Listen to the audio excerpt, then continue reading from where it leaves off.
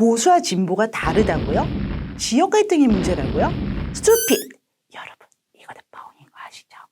문제는 강남입니다. 시사 1타 방송을 꿈꾸는 강남의 소리 시작합니다. 편지가 한 통 왔습니다. 박근혜 대통령이 감옥에서도 정치를 하고 있을 것이다. 정치에 관심이 있을 것이다. 이것은 이색적이지 않은 부분인데요. 그 내용이 조금 이색적이었죠. 결국 미래통합당을 중심으로 뭉쳐라. 통합당에 힘을 실어주는 분위기였는데요. 그렇지만 또 이것이 나중에 역풍이 될 수도 있고요. 당장 도대체 감옥에서 무슨 정치를 하고 있냐. 선거법 위반이다라는 야당의 반발이 나온 상황입니다. 친문이 디지털 아닙니까? 박근혜와 친박은 아날로그고 SNS 시대에 전통적인 종이로 딱 근데 이거는 감옥에 갇혀 있으니까 어쩔 수가 없잖아요. 어쩔 수 없지만은 레트로의 전성 시대 아닙니까? 복고의 시대인데 그래서 양준일 씨도 돌아오고 김민석 전 의원 돌아왔는데 드디어 돌아졌습니다.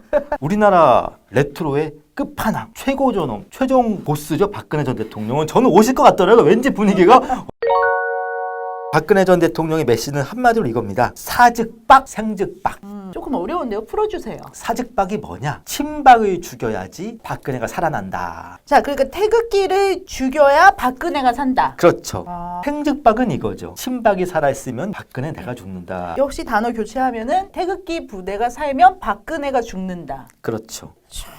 아픈 연애사네요. 이게 어떻게 되는 거죠? 문재인 대통령과 박근혜 전 대통령 모두 자기를 열광적으로 지지하는 세력이 지금은 자산이 아니라 부채가 된 형국입니다. 두 사람의 차이가 있습니다. 문재인 대통령은 자산에서 부채로 변한 친문 세력을 정리를 못해요. 대통령 본인이 정리를 못하면은 친문이란 분들이 알아서 납작 엎드려야 되는데 지금 친문의 정서가 물 들어올 때 노조라도 지금은 지났고 야 우리 이제 영업시간 끝나기 전에 대방출하자 해가지고 더불어민주당 총선 공천을 할 때 청와대에서 거의 창고 대방출 수준으로 70명이 나오지 않습니까? 그쵸. 수준으로 했는데 그러니까 30년 정권 재창출이 목표인 분들인데 그렇게 보기에는 너무 많이 지금 청와대를 비우고 본진에서 탈출해버리셨어요. 아니 물론 마지막 글자는 똑같습니다. 다들 출인데 정권 재창출이라고 쓰고 창고 대방출이라고 읽는다. 왜 창고 대방출을 하겠습니까? 내일은 안 팔릴 것 같으니까 잘 고르면 창고 대방출 품목에서 히트 상품이 나올 수도 있는 거니까요. 그런 창고 대방출을 하기는 친박도 마찬가지인데 문재인 대통령이 그렇게 또 마음이 강하지가 못해요. 그러다 보니까 조국 전 장관을 향해서 내가 마음이 빚이 있다고 말씀하셨다가 오히려 여론의 역풍을 맞았는데 박근혜 전 대통령이 항상 말하는 게 있었습니다. 나는 누구에게도 신세진 게 없다.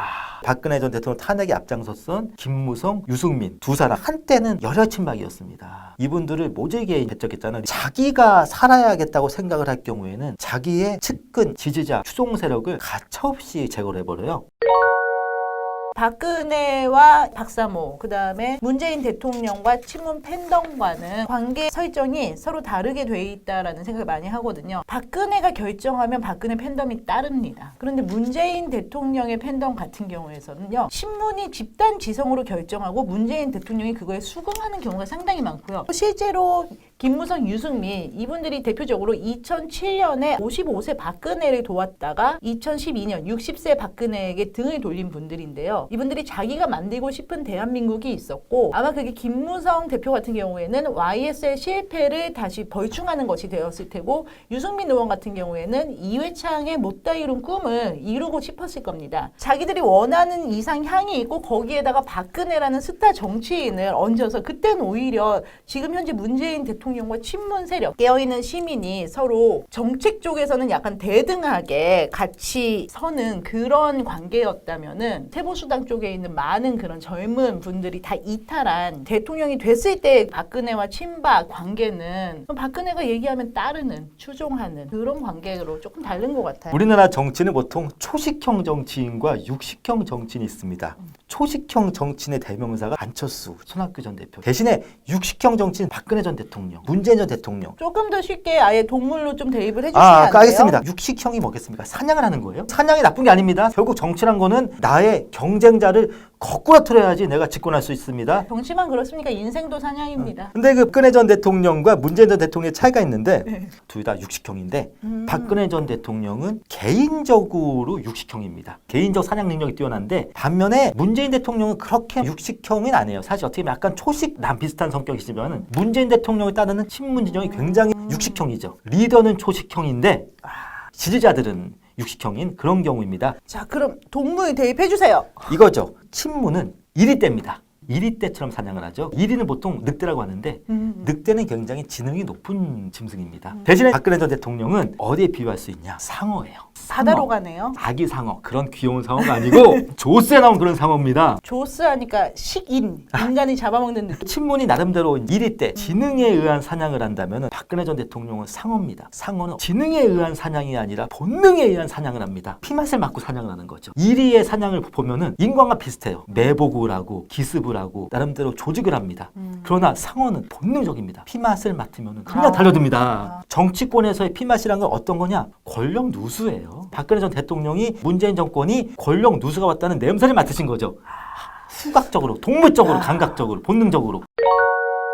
제가 디즈니 덕후여가지고 지금 라이언 킹과 니모를 찾아서가 그런가요? 딱 생각이 나긴 했는데요. 그 동물들이 실제로 사냥하는 걸 본 적은 없고 영화라든지 보지 마세요.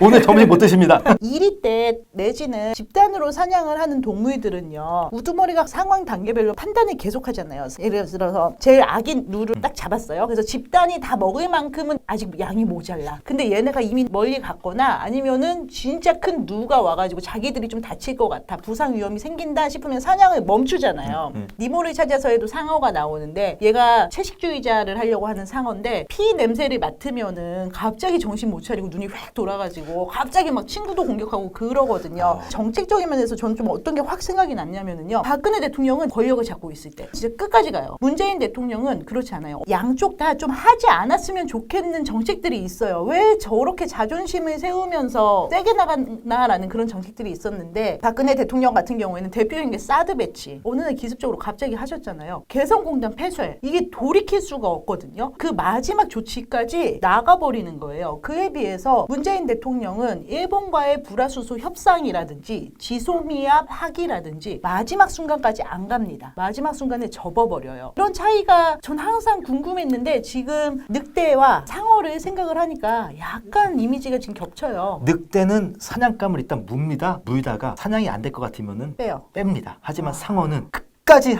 물고 빼질 않습니다. 그리고 상어는 빼고 싶어도 뺄 수 있는 구조가 아니에요. 상어 이빨은 삼중 이빨입니다. 박히면 자기도 못 빼요. 이빨이 그렇게 됐다는 것은 본능적으로 피냄새를 맡으면 주체할 수 없다라는 거군요. 요번에 박근혜가 왜 편지를 썼겠습니까? 어떤 분들은 모도의 계산이다 전략이다 아닙니다. 박근혜 대통령 여기서 또 한 번 사냥꾼으로서의 본능이 발동한 겁니다. 어떤 박근혜는 정치인 여러분 하나의 선거인입니다. 선거에 굉장히 강한 사람인데 박근혜 대통령이 이번 총선을 어게인 2012로 치르자는 게 발동을 한 것 같습니다. 2012년에 박근혜 대 문재인의 대결로 몰아가자. 두 사람의 리턴 매치로 만들어 가겠다는 거죠. 그러다 보니까 중간에 이른바 제3지대는 점점 입지는 좁아지고 있고 저희가 의도치 않게 박근혜 전 대통령과 문재인 대통령의 스타일을 자꾸 비교를 하게 되는데요. 아날로그 대 디지털이고 사냥터가 바다 대 밀림. 그리고 지능에 의지한 사냥이냐 본능에 의존하는 사냥이냐 예. 옥중의 박근혜와 청와대 문재인과 옥중의 박근혜가 대결하는 모양새 둘이 2대1구도로 싸우는 모양새가 되면은 그러면은 여당이 굉장히 좀 부담을 느껴요. 결국 영남 지역구가 호남 지역구보다 훨씬 많습니다. 메시지 크리에이터님께서 지금 알기 쉽게 정리를 해주셨지만 사실은 이 포맷으로요 정치인들 반응이 연쇄적으로 나오고 있습니다. 그리고 이 포맷의 끝은 뭐냐면요. 이렇게 되면 역풍, 양쪽이 모두 역풍 관리를 하는 선거전이 될 가능성이 높거든요. 그 부분에 대해서는 다음 편에서 좀 더 심도 있게 다뤄보도록 하겠습니다. 지금까지 강남의 소리입니다.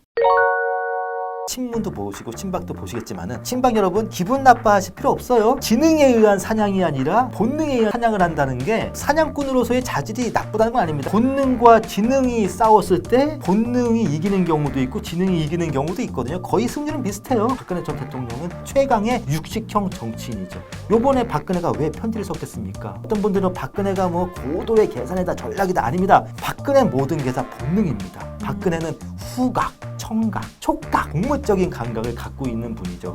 우리 이거 구독과 좋아요 넣으면 저희 인강남 할 수 있는 거 맞죠? 강남할 때까지 가자! 구독과 좋아요가 맞습니다.